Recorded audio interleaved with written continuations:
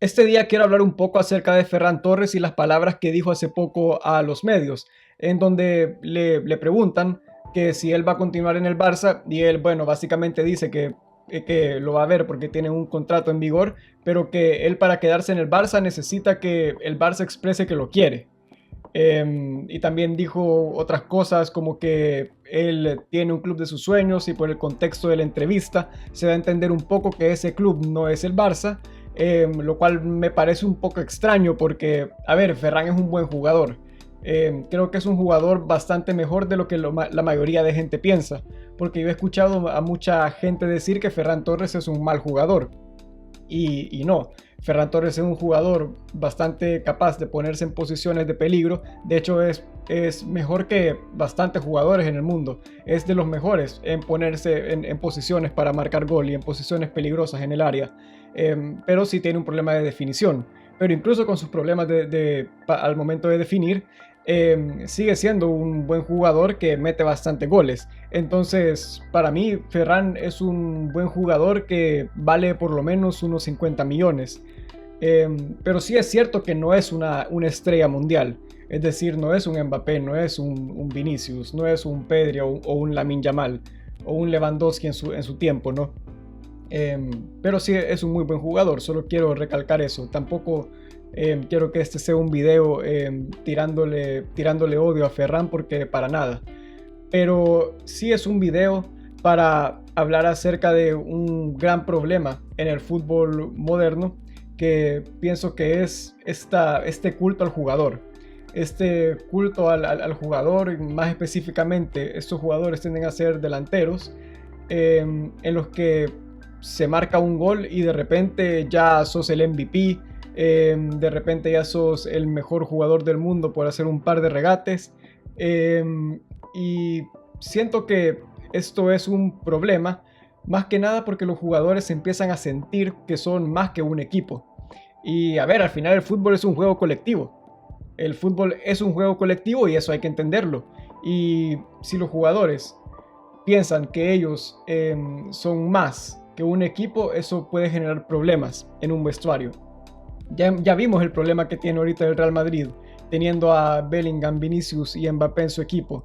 Han habido tensiones, han habido problemas con entrenadores. Cuando Xabi Alonso llegó al equipo, el equipo se quejó de que los hacía ver muchos videos, de que las sesiones de entrenamiento no les gustaban, que mucha táctica y que les decía mucho acerca de cómo posicionarse en el campo y todo eso al final repercute en el equipo, repercute en que no permite que un entrenador pueda diseñar un equipo ganador. Y al final el Madrid está como está. Lleva 2 años seguidos sin ganar nada, teniendo todas las estrellas, teniendo a quizás los mejores jugadores en la parte delantera del campo. Y como lo vimos en el Mundial, ¿no? Porque Vinicius tuvo un muy buen Mundial, Mbappé tuvo un muy buen Mundial y Bellingham igual. Pero si pones a esos tres jugadores sin un orden táctico claro, eso va a presentar problemas. Y eso es lo que le ha pasado al Real Madrid en todos estos años. Y yo creo que gran parte de esto se debe a la época de la que venimos. Esta época en la que Messi y Cristiano hicieron una cantidad de goles y una cantidad de asistencias que nunca se ha visto en la historia. Nunca se han visto dos jugadores que sean así de buenos. Bueno, quizás Pelé en su época, ¿no? Que también tenía bastante buenos números. Pero dos jugadores en simultáneo, en esta época moderna, haciendo tantos goles, bueno, es algo que fue espectacular. Pero por más que fue muy bonito ver a esos jugadores y fue increíble poder verlos desplegar sus habilidades en un campo de fútbol, también hay que decir que es problemático lo que pasó, porque ahora ya se espera que todos los jugadores tengan ese tipo de números, que todos los jugadores tengan ese rendimiento individual, y a partir de eso también se generó este culto al jugador. Esto de que mucha gente es más fan de jugadores que de equipos. Y como ya dije anteriormente, el problema de eso es que el fútbol es un deporte colectivo y realmente lo único importante en el fútbol tienen que ser los títulos colectivos. La liga local, la Champions, la Copa, el Mundial. Al final, estos son los únicos títulos que importan. El Balón de Oro, la Bota de Oro y todas estas cosas individuales son realmente poco importantes y no tienen ningún sentido. Si fuera por mí, estos títulos no existieran, porque son una tontería. Solo contribuyen a inflarle el ego a los jugadores, especialmente a los jugadores que son goleadores o que son bastante buenos asistidores. Solo sirven para inflarles el ego y para hacerlos pedir renovaciones y para tirarle pulsos a sus equipos, ¿no? Para pedir más dinero y todo esto. Que a ver, está bien pedir más dinero, no digo que no, pero estos pulsitos públicos que tienen varios jugadores contra sus equipos son bastante dañinos para el deporte y para la sanidad en un vestuario de fútbol. Y para seguir con este ejemplo de Messi y de Cristiano Ronaldo, ambos jugadores han sido responsables en ocasiones puntuales de arruinar equipos por su ego. Si tomamos el Barcelona de Valverde, cuando Valverde era técnico del Barcelona, ese Barcelona que tenía a Jordi Alba, a Busquets, a Piqué, a Luis Suárez, todos estos jugadores ya se pensaban más que el club. Tenían salarios exorbitantes, pedían salarios exorbitantes y lastimosamente Bartomeu se los daba. Entonces, al final, estos jugadores se creían más que el club y ellos querían dominar lo que pasaba en el club. Ellos querían decir a quién fichar y al final eso terminó haciendo un Barcelona bastante mediocre, por lo menos en Champions. En Champions ese Barcelona fue humillado muchas veces. Fue humillado por la Roma, fue humillado ¿por qué más fue humillado? Por el Liverpool, fue humillado por varios equipos. ¿Y por qué? Bueno, por el Bayern Múnich, obviamente. Pero ¿por qué fue esta humillación? La humillación fue porque simplemente era un equipo que no trabajaba lo suficiente como para competir al máximo nivel. No trabajaba lo suficiente. Entonces, cuando sacaron a Valverde, llegó Quique Setién y no lo respetaron. Desde el principio salieron varias noticias de que los jugadores no le hacían caso, de que Messi no le hacía caso, que Piqué no le hacía caso, que hablaban mal de él. No me acuerdo si era que le decían el abuelo cebolleta o algo así. A ver, eso es inaceptable. Y me siento muy mal por Quique Setién, porque Quique Setién para mí es un técnico muy infravalorado. Muy infravalorado. Lo que hizo en Las Palmas, lo que hizo en el Betis, cómo puso a jugar a esos equipos, fue realmente admirable. Y yo recuerdo a ese Barça, yo recuerdo que yo estaba bastante feliz con la noticia de que Setién iba a dirigir al Barça, porque eso iba a significar que el Barcelona iba a volver un poco a sus raíces, porque Setién era un técnico amante de Cruyff, confeso, ¿no? Que también le gustaba mucho ese fútbol de posesión, de laterales abiertos, de presión alta tras pérdida. Entonces, yo estaba bastante feliz con eso porque dije, bueno, quizás voy a ver al Barça volver a ser el equipo que fue, ¿no? Que fue en su época con Guardiola, o el equipo que fue con Cruyff en los 90s. Y un poco se vieron esos destellos. Se vieron esos destellos en partidos de liga. Un Barcelona que presionaba más, un Barcelona más intenso y todo esto, ¿no? Pero al final, si tú no tienes jugadores que están dispuestos a dejar el alma por un equipo y no están dispuestos a entrenar como tú les exiges que entrenen, no vas a poder llegar a la excelencia futbolística. No vas a poder llegar a desplegar tu modelo futbolístico como tú quieres. Entonces, una lástima realmente por Quique Setién que no le hicieron caso. Pero fue eso, fueron los jugadores los que arruinaron ese proyecto, no fue Quique Setién.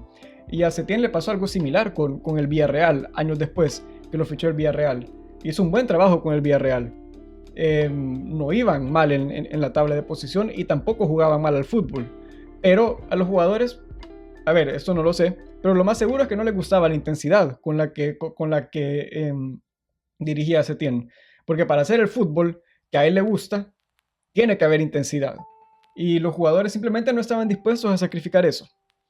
Y bueno, es una pena, ¿verdad? Que el fútbol al final esté en manos de de jugadores que son profesionales, que les pagan un montón de dinero y que simplemente no quieren trabajar lo suficiente. Y otro ejemplo bastante claro para mí del ego arruinando un equipo fue en este mundial Cristiano Ronaldo. Cristiano Ronaldo ya no tiene nada que hacer en la élite del fútbol, ya no le da, y es normal, tiene 41 años, es normal que ya no le dé, y más a un jugador que siempre dependió bastante de su físico para poder desplegar su poderío en el campo. Simplemente ya no le da, y está bien, nadie lo va a criticar por eso, pero por lo que sí lo voy a criticar es por mantenerse ahí, por puro ego, por intentar sobreponerse y pensar que él es más importante que el equipo y que su país, y que él tiene derecho de estar ahí simplemente por llamarse Cristiano Ronaldo, porque por nivel ya no debería estar ni convocado, simplemente no tenía el nivel para jugar un mundial, ya no puede competir con centrales de élite, ya no puede competir con jugadores de élite, ya no puede driblarse a jugadores de élite, porque ya son más rápidos que él, son más rápidos de él tanto en cabeza como físicamente. Entonces realmente que dio bastante pena ver a Cristiano en este mundial. Le metió 2 goles a Uzbekistán, precisamente ante una defensa que no era élite, porque a ver, puede hincharse a goles en Arabia Saudita, puede meter muchísimos goles ahí, pero porque los centrales que están ahí no son de élite, o por lo menos la mayoría de ellos. Si sacamos a los equipos, que son los 4 equipos que más dinero tienen, que son el Al-Ahly, si no me equivoco, el Al-Hilal, el Al-Nassr, y no me acuerdo cuál otro era, pero si quitamos a esos equipos, el resto de centrales, de los otros 16 equipos que hay en esa liga, no son de élite, simplemente no son élite. Entonces, si estás jugando semana a semana con jugadores de ese nivel, por supuesto que te vas a hinchar a goles y por supuesto que vas a pensar que sos muy bueno. Y si luego vas a las eliminatorias europeas y te enfrentas a Luxemburgo, a Estonia, no sé, a Albania, obviamente también te va a dar el nivel.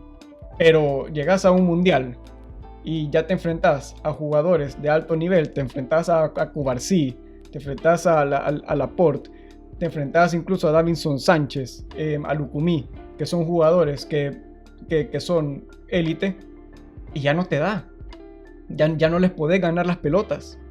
Y repito, es normal, pero lo que no es normal es que un jugador vaya a un equipo sabiendo que no merece estar ahí, o que no debería estar ahí. No puede ser que el ego te gane de esa forma. Y al final pasa lo que pasa. Da pena. Sí, en el partido contra Croacia, que lo sacan en el minuto 80, porque era evidente que con él, siendo el 9, no iban a meter gol, meten a Gonzalo Ramos, y Gonzalo Ramos mete el gol que le da el pase a Portugal. Un cabezazo que Cristiano Ronaldo en su prime lo metía con los ojos cerrados, pero hoy ya no lo mete. Hoy ya no puede saltar así. Y como repito, es normal. Pero este es el resultado de endiosar jugadores. Porque yo veo bastante gente que lo defendía y que decía que no, que Cristiano Ronaldo, su historia, que Portugal es Cristiano Ronaldo y que la historia de Portugal le debe toda su historia a Cristiano Ronaldo. Mentira. Han habido muy buenos jugadores en la historia de Portugal. Y Cristiano ha coincidido con las mejores generaciones en la historia de Portugal. O Figo no existe, Deco no existe, Carvalho no existe, Pepe no existe. Ya ni hablemos de la generación de ahorita, que por nombres es de las mejores selecciones del mundo. Pero es difícil rendir como selección cuando tienes a un 9 de 41 años que ya no le da para competir. Entonces, bueno, creo que hasta aquí voy a dejar el video.